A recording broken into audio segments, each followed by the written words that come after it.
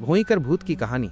पुराने जमाने में एक छोटा सा गांव था जिसका नाम भोईकर था। यह गांव घने जंगलों और ऊंचे पहाड़ों से घिरा हुआ था।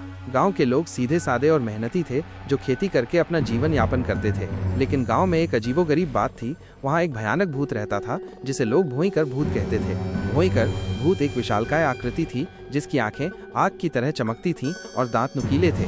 वो रात के अंधेरे में जंगलों में घूमता था और जो भी उसके रास्ते में आता उसे मार डालता था। गांव के लोग उससे बहुत डरते थे और रात में अपने घरों से बाहर निकलने की हिम्मत नहीं करते थे।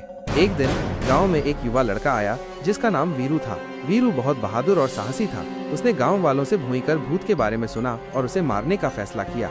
गांव वालों ने उसे समझाया कि ये बहुत खतरनाक है और उसे ऐसा नहीं करना चाहिए, लेकिन वीरू नहीं माना। एक रात वीरू अपनी तलवार और ढाल लेकर जंगलों में गया। वो भोईकर भूत का इंतजार करने लगा। कुछ देर बाद उसने एक भयानक गर्जना सुनी और देखा कि एक विशालकाय आकृति उसकी ओर आ रही है। भोईकर भूत था। वीरू डरा नहीं। उसने अपनी तलवार निकाली और भूत पर हमला कर दिया। भोईकर भूत ने भी उस पर हमला किया और दोनों के बीच एक भयंकर युद्ध हुआ। वीरू बहुत तेज और फुर्तीला था, लेकिन भोईकर भूत बहुत शक्तिशाली था। युद्ध कई घंटों तक चला। अंत में वीरू ने अपनी तलवार से भोईकर भूत का सिर काट दिया।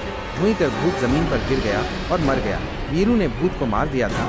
गांव वाले बहुत खुश हुए और उन्होंने वीरू का स्वागत किया।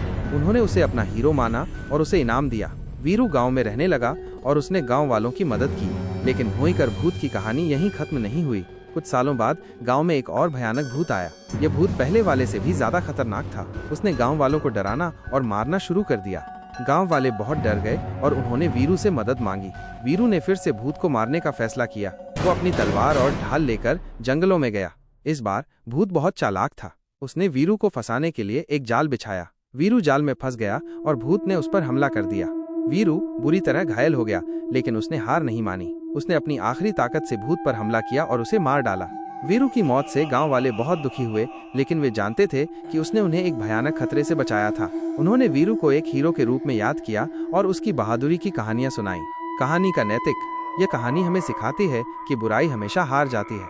भले ही बुराई कितनी भी शक्तिशाली क्यों न हो, अच्छाई हमेशा जीतती है। हमें हमेशा बहादुर और साहसी होना चाहिए और बुराई के खिलाफ लड़ना चाहिए।